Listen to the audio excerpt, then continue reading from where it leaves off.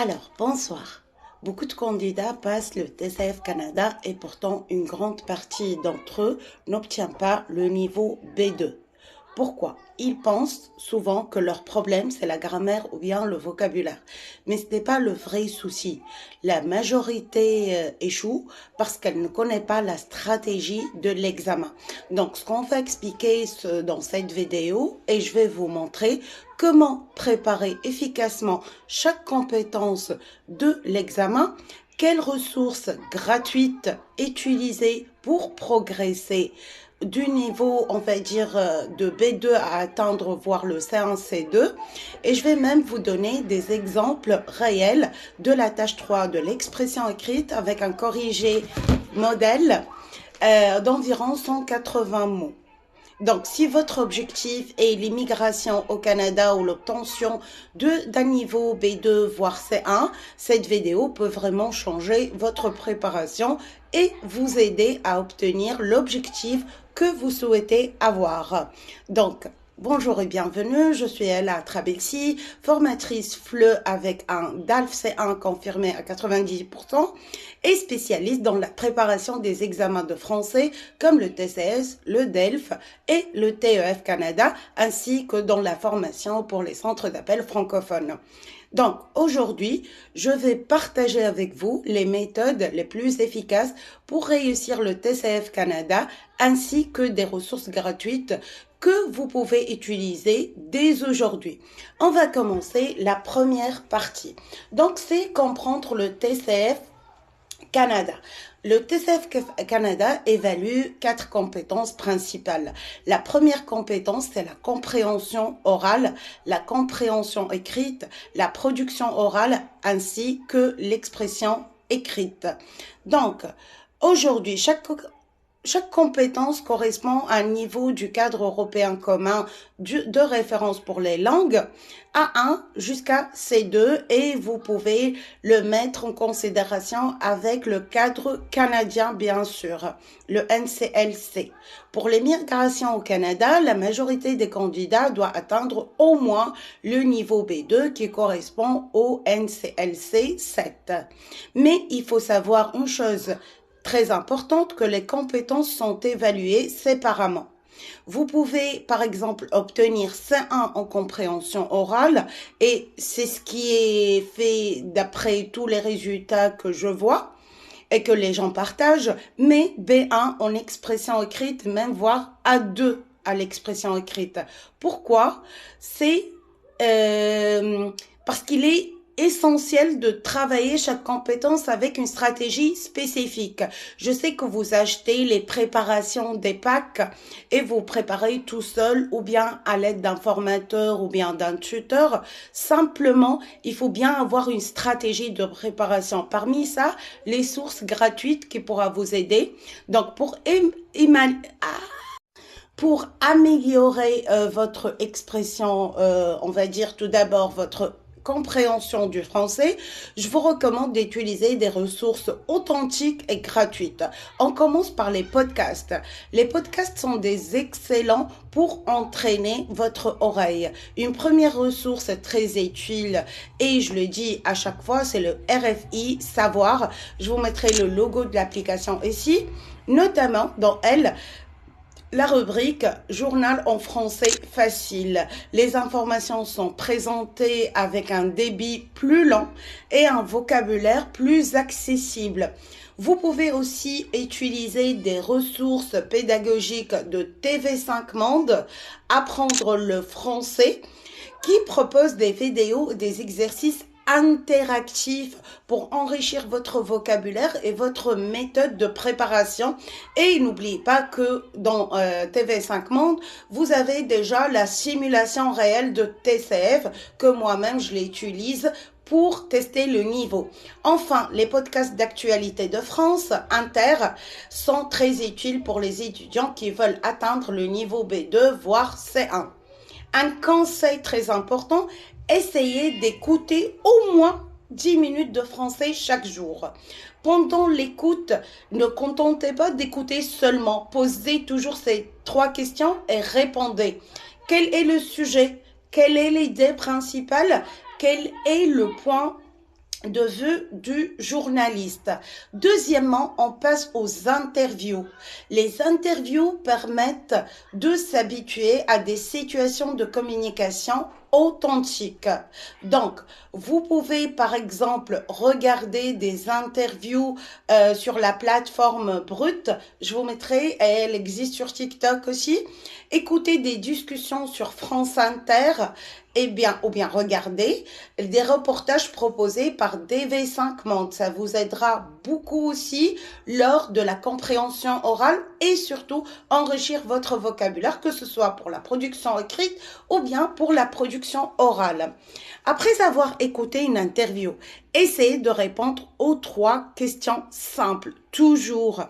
On n'écoute pas seulement pour le fait d'écouter. Ici, on est censé répondre. Quel est le thème de l'interview? Quelle est l'opinion exprimée? Quels arguments sont utilisés? Cet exercice est très utile pour préparer l'expression orale et écrite du TCF.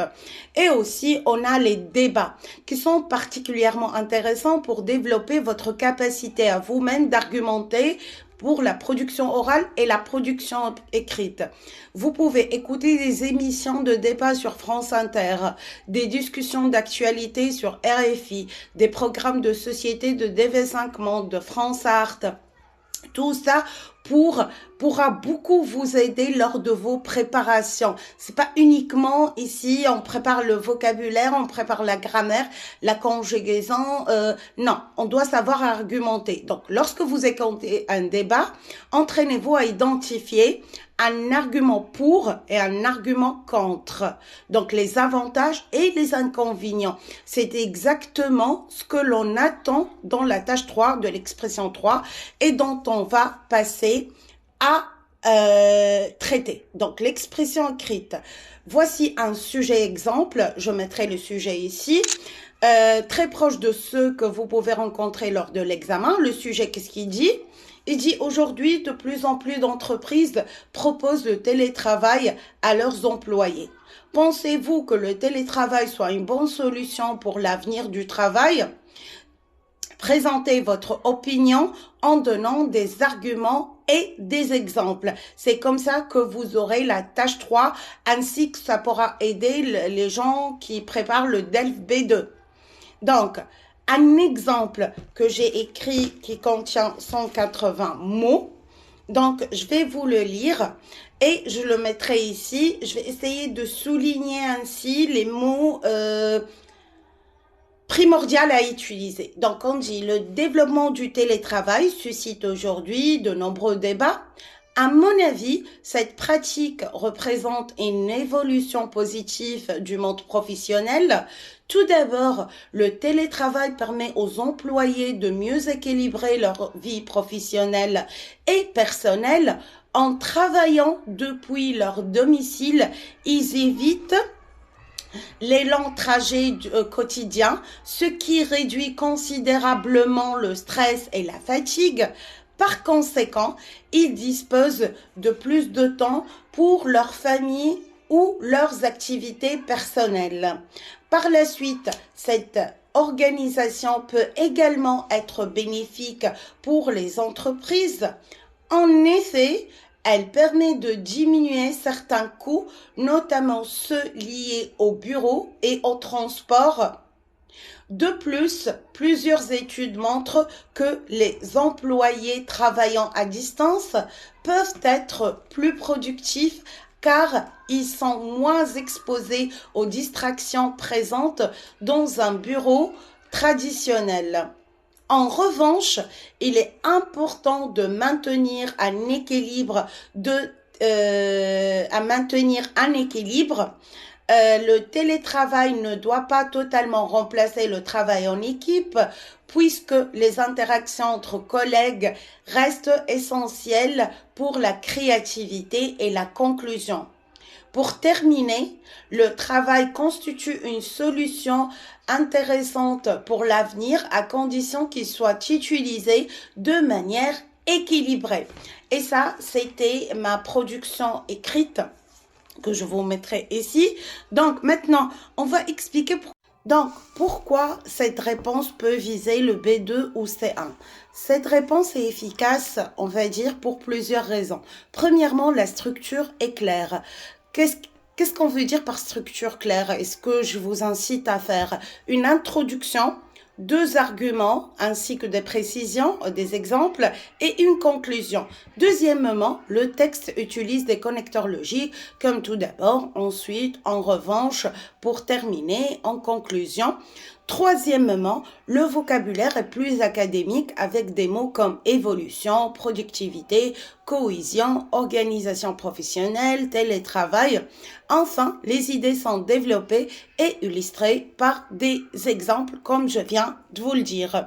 Donc, le dernier conseil que je peux vous donner, si vous voulez progresser rapidement pour l'expression écrite du TCF ou bien pour B2 aussi, je vous recommande d'écrire un texte argumentatif d'environ 180 mots chaque jour sur un sujet d'actualité. C'est l'un des moyens les plus efficaces pour améliorer votre niveau et gagner surtout en confiance.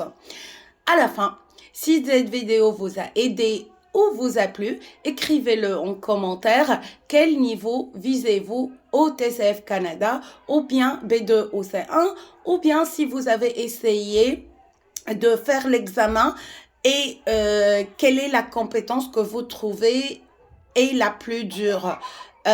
Donc, qui vous semble la plus dure, la plus difficile, compréhension orale, production orale, expression écrite, production écrite. N'oubliez pas de vous abonner à la chaîne pour recevoir d'autres conseils et simulations pour réussir vos examens de français. Je vous remercie infiniment d'avoir vu cette vidéo, de partager, de mettre des likes afin de, surtout sur YouTube, pour que quand vous mettez des likes et quand vous commentez, vous aidez l'algorithme à mettre cette vidéo à d'autres auditeurs et comme ça, vous m'aidez moi-même à améliorer cette chaîne. Je vous remercie, je vous vois à la prochaine. Au revoir.